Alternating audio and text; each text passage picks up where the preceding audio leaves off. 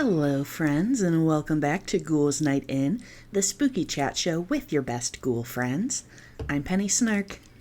And I'm Midge Munster.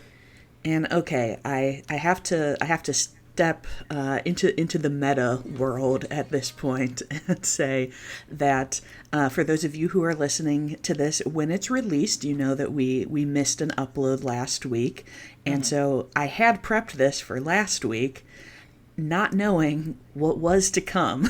Oh no. So I'll give you my intro that I planned, and then we'll have a quick detour. I'm scared. Which was I planned this episode because we did lose a true icon, Anthony Stewart Head, and we had already talked about Buffy, so I thought that it was finally time to talk about another project of his that I was intensely fixated on in my late teen years. Is it my baby? Is it Repo the Genetic Opera? Yes, Midge. I said it's time. It's time for us to go to the opera. Yay! And usually I would wait until the end of the episode to talk about like what's happening now. But they just announced that there's going to be a huge Repo thing at Midsummer Scream this year. Oh, I didn't see that. Oh my God, you didn't see that? No. Yeah, they have the creators, cast members. There's going to be a shadow cast performance. Whoa. So yeah, I was right on the money. It is the time to talk about Repo. People are ready to talk about it. So yes, I feel like whenever I try to tell someone about this movie, I feel like Stefan from SNL. This movie has everything. This movie has everything. Blood and guts, rock and roll, bugs, opera, dystopian vibes. Opera, kind of? Yeah. Kind of. Paris Hilton. You got everything here. So I did know that you were also a Repo enthusiast, Midge. So do you want to tell us what kind of your backstory is here? You know, I honestly wish I could remember. I think this is probably one of those things I saw at a theater cast party. Sure. In late high school. I do not remember the first time I watched it, but I do remember watching it many, many times after that. All right. Yes. Yeah. And I'm gonna say you all of you ghouls out there, you know me as a hater, and I imprinted on this film as a suppressed goth theater kid. Right. I entirely understand why people say this movie is bad and sonically rotted, but it is. And I would say I do not disagree with them. But Right. but as Benoit Blanc once said, it compels me though. So I think we probably will talk about some spoilers on here, because first of all, this movie is old, and second, I will say if you haven't watched it already and you are planning to watch it, you will honestly probably have a better time if you kind of know what's going down. I feel like I concur, yeah. Yeah, I would say that the movie does not it's a necessarily wild ride to go into blind. Yeah, it doesn't necessarily do a great job of telling you what's going on in it. No. So, I think I finally figured out the plot on the third watch. yes. That is very much the vibe. So, all right, for anyone out there who doesn't know, Repo, the genetic opera, and yes, there is an exclamation point after Repo. Yes, Repo! Because if you couldn't tell, this was being developed in the early 2000s. So basically, we have two guys, Darren Smith and Terrence Zunich, who are doing weird rock opera, rock and roll theater shit in LA. So they were putting together these 10-minute operas, and for one of them, they had the concept of like a grave robber, but they're like, what if we put this freaky spin on it, and it's a future grave robber who's stealing genetic material, and combined that with kind of this idea of repossession. What if it wasn't just your belongings that could get repossessed if you went bankrupt, but your body parts too? And so a seed was planted that would grow into a strange corpse flower. So the original 10-minute opera about this was called The Necro Merchant's Debt, and premiered in 2002. And they pretty much immediately went right into kind of working more and developing it further, adding more characters, more storylines, and over the next few years as they were performing it, kind of built this world around it. And who should get involved at this point but another spooky Darren, Darren Lynn Bousman of Saw movies fame. And he was like, hey, this could be a movie. And so he financed and produced a 10-minute short film version in 2006 that they brought around to studios.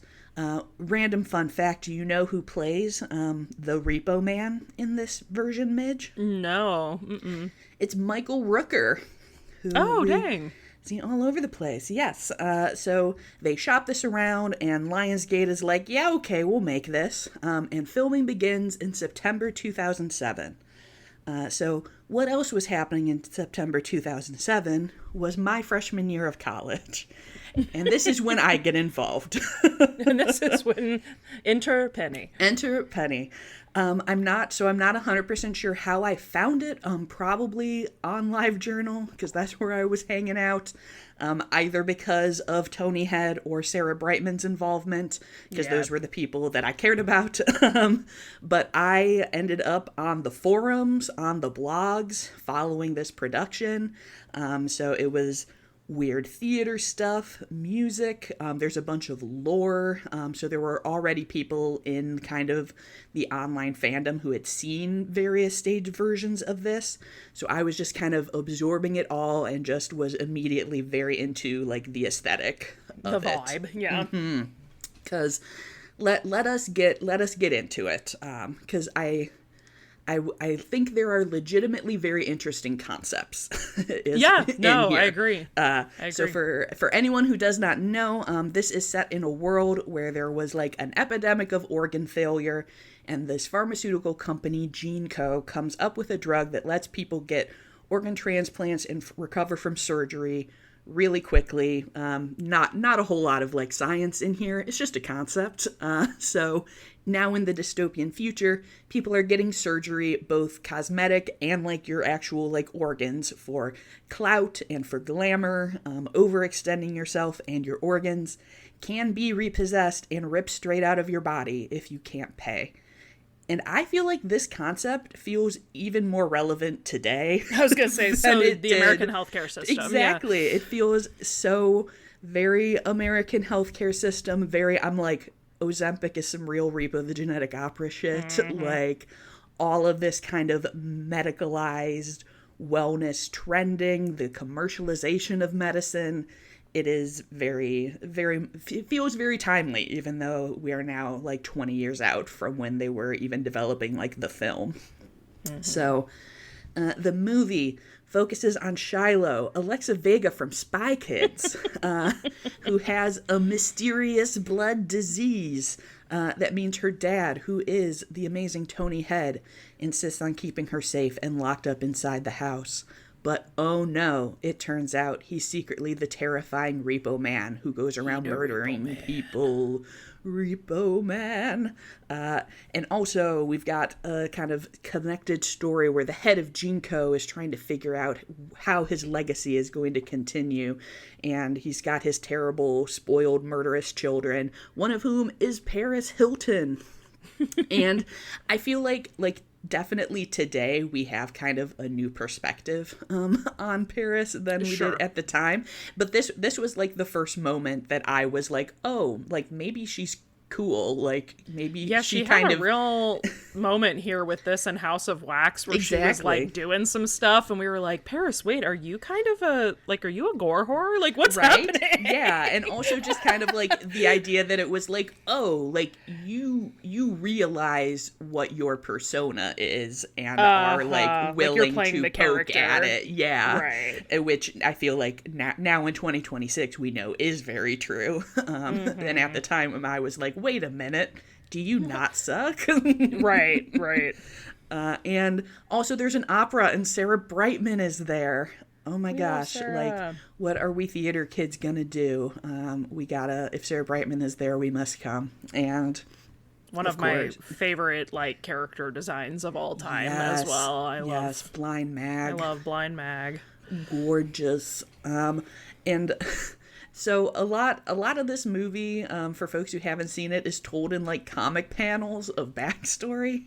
And I honestly, like, I'm gonna say, like, I think this movie is not really like the right story. It's like, this is kind of like the more boring part of the world, and there's a lot more exciting stuff that's kind of happening before and after, and like on the peripherals of it, which I think is very, it's difficult as a creator to it be also like what is it doesn't help that, and I'm sorry to say this is not Alexa Vega's playground. Like, she did not belong in the world of this film. I think she's great in Spy Kids.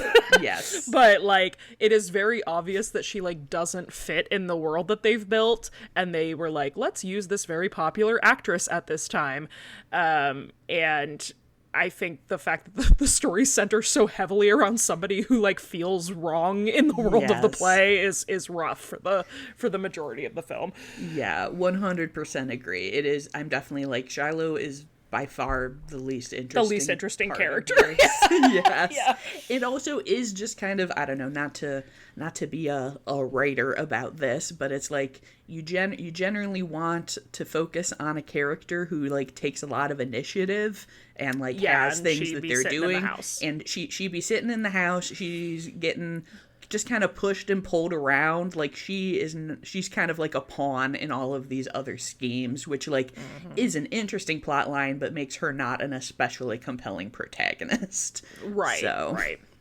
We could, especially when you have like what's happening with Mag, where like right, exactly. I'm like, her like entire fate is in the balance. Right. I'm like, if this movie was about Mag, and like it was a side track that it's like, oh, especially and also there's a sick kid, yeah, and she is already like tied into the whole storyline because like we said, we'll get some here there be spoilers, but this whole plot line, it turns out that there's like a whole thing that happened beforehand where Repo Man Nathan and his wife Marnie had like, she's like the ex-girlfriend of Roddy Largo, not entirely clear. Either way, he's jealous of them.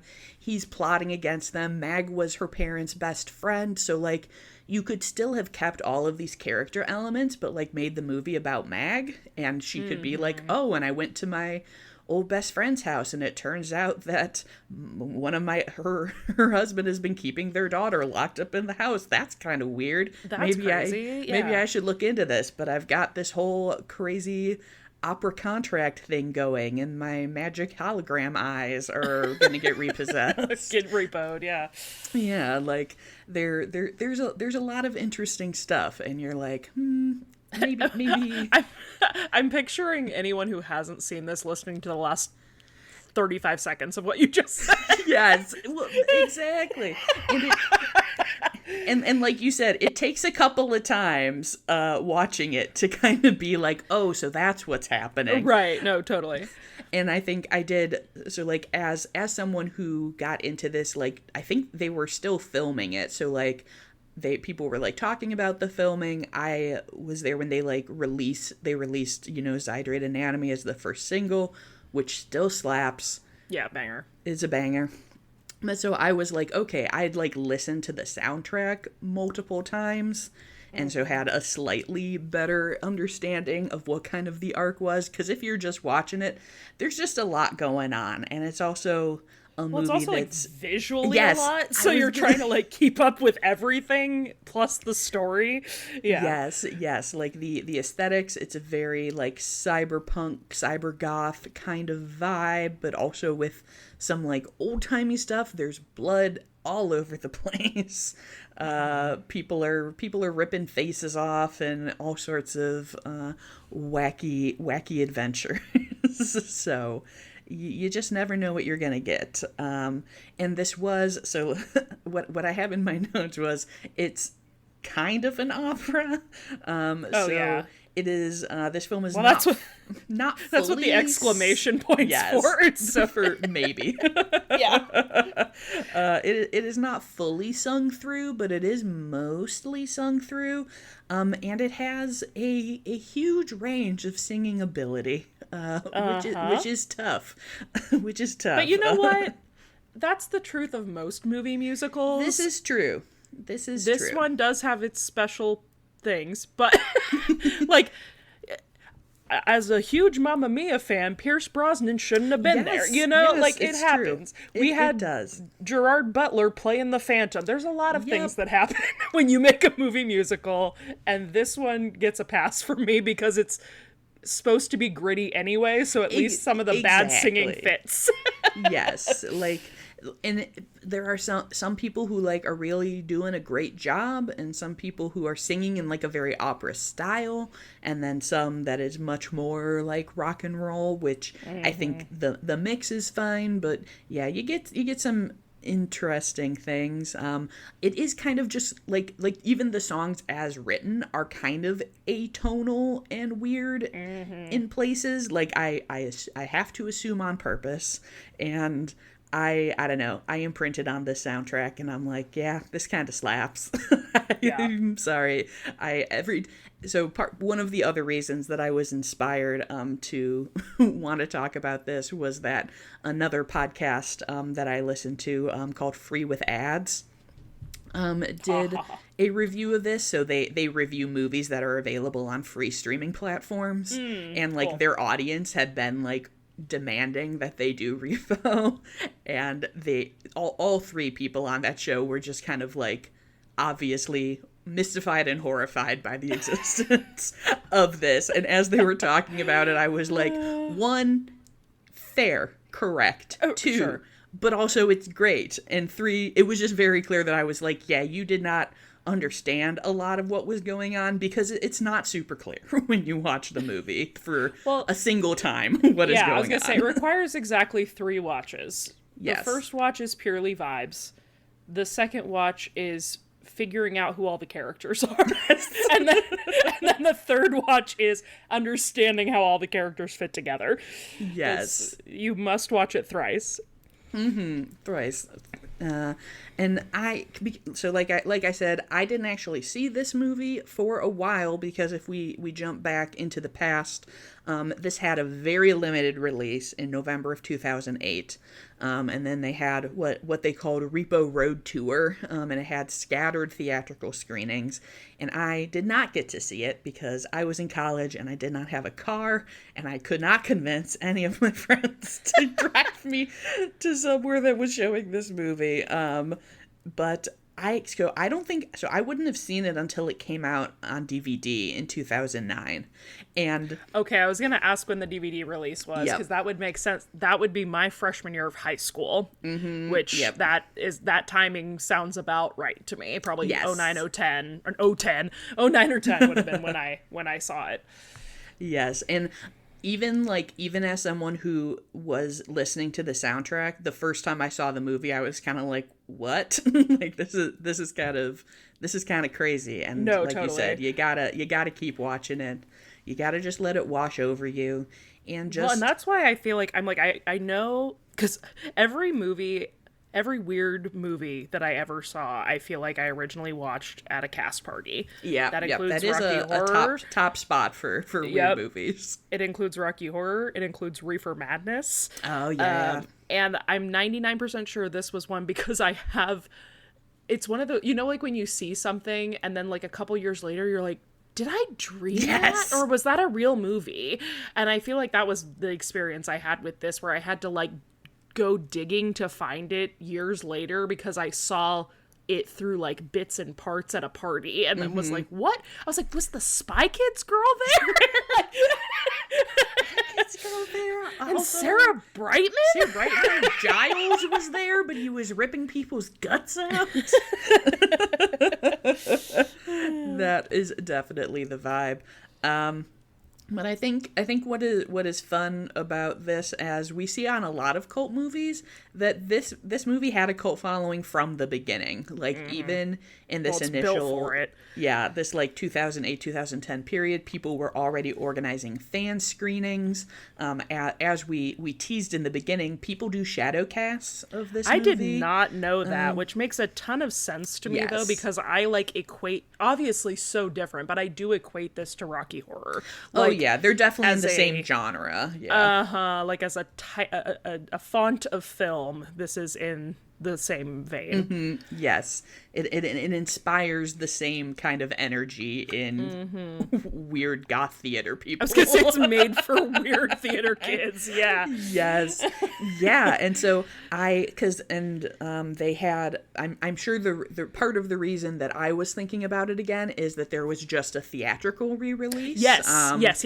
Yes. So Lionsgate had remastered it, I believe, and just did a theatrical re-release, and then obviously, R.I.P. Tony Head, who just passed, and then just this week I was like just random. So I had already prepped this episode. We didn't get to record it, and I was like, all right, gonna talk about Repo with Midge this weekend, and all of a sudden Midsummer Scream pops up and is like, everybody's gonna be at this panel for like a huge Repo the Genetic Opera event, and they've got their cast. I do have to pose a question. Yeah.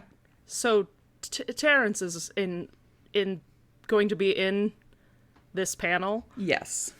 Okay. Do you know about this? I know a little. I think you give the spiel. Allegedly. Yeah. He's had some pretty serious allegations against him. And so I guess that just surprises me, actually. I didn't know that he was still like making public appearances involved with the film. Also thought that. And I did see it there. And I do have to say, because I went on like a Wayback Machine and was looking at some of his original like blog posts about the movie, and the like, oh, how was I inspired to make Repo the Genetic Opera? It was like, oh, well, I love rock and roll and guts and beautiful women. And I was like, yeah.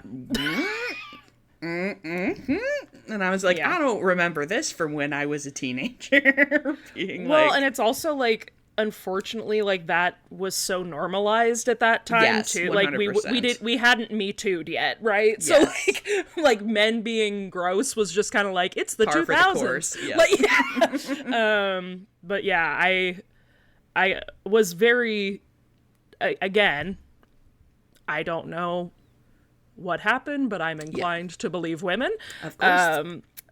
But it did make me bummed out because he's great in this movie. Yes. Like he's the perfect, because again, things that I equate this to Rocky Horror, like he's the riffraff of the film. 100%. Which meant I was, of course, attracted to him in a very upsetting way. But that's interesting, because I would love to believe that if that is the case, that he has done some amend making, but I doubt it. Yes. So I will be interested to see what kind of the ongoing reaction is in if we are having kind of a Repo renaissance at this time, kind of where all that will end up. Because I was also like, as I was reading it, I was kind of like, I don't remember all the details. That's but I remember. But I remember I had a reason to not be enthusiastic about you. Well, and again, of course, we're on a public podcast. We can't make accusations against people. But I remember bringing this up, like, I want to say 5 years ago. I posted something about Repo, and a follower reached out to me, and they like either had worked on that production or had a best friend that worked on that production and had like a horrific experience with that person specifically. And I was like, oh, I kind of vaguely remember that being a conversation that happened, but I don't know what happened.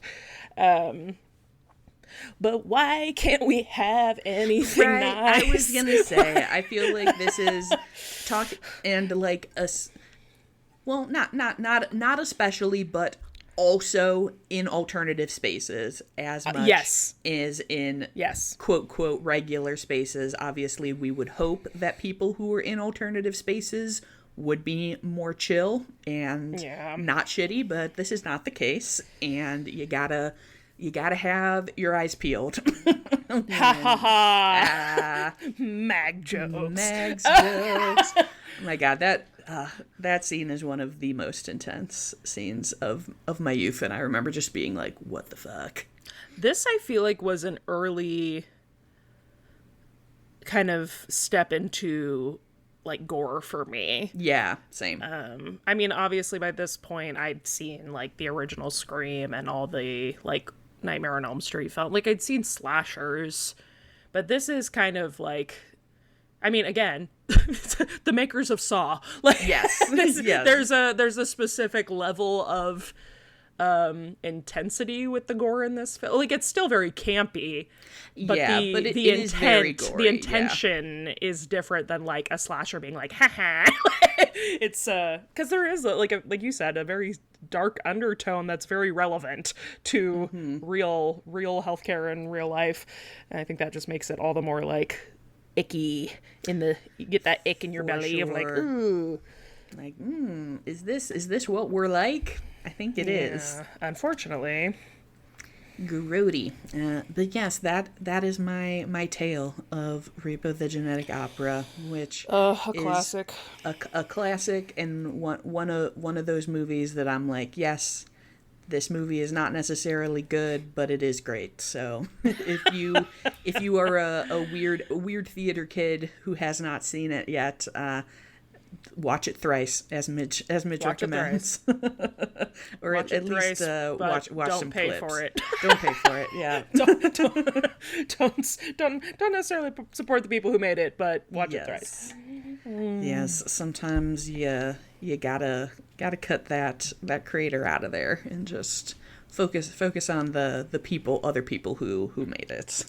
Focus on Sarah Brightman and Anthony Stewart Head. Yes.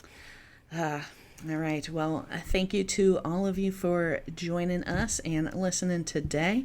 I would love to know if you have what your first experience of this film was, if you have seen it, and also if you haven't, do you have any idea what the hell we're talking about, or were you just like, this sounds, I understand less about this movie than I did before from hearing more details that happen in it. All right. If you did enjoy the show, we would appreciate it so much if you would leave us a review where you listen. We've been getting some lovely Spotify comments, so I do believe Midge has one of those to share today. I sure do. This is from Eyes Can Be So Cruel. How perfect. On the Poison Garden episode of the pod. Hold on. Do I sound weird? No. Oh, okay. I was getting a weird, like, echoey sound. Sorry. Oh, you sound normal to me. Okay. This is from the This is from the Poison Garden episode, and the comment says, 5 stars on this episode. As a spooky archivist, I love coming across things that can poison me, especially Victorian books. They're so beautiful. Perhaps you ghoulies could do an episode on poison books someday. Ooh. We've done human skin books, but I don't think we've ever done poison books. I'm curious what that would like. Is it going to be another secret arsenic situation? Perhaps there is a ton of secret arsenic in the world. Well, we'll have to look into that. We'll report back. All right. So if you would like to follow along with the pod, you can find us on Instagram at Ghouls Night In Pod. You can also join us on Discord and hang out, chit-chat about spooky things. And if you are looking for me, you can find me at Penny Snark. And you can find me all over the web at Midge Munster. And until next time, goodbye.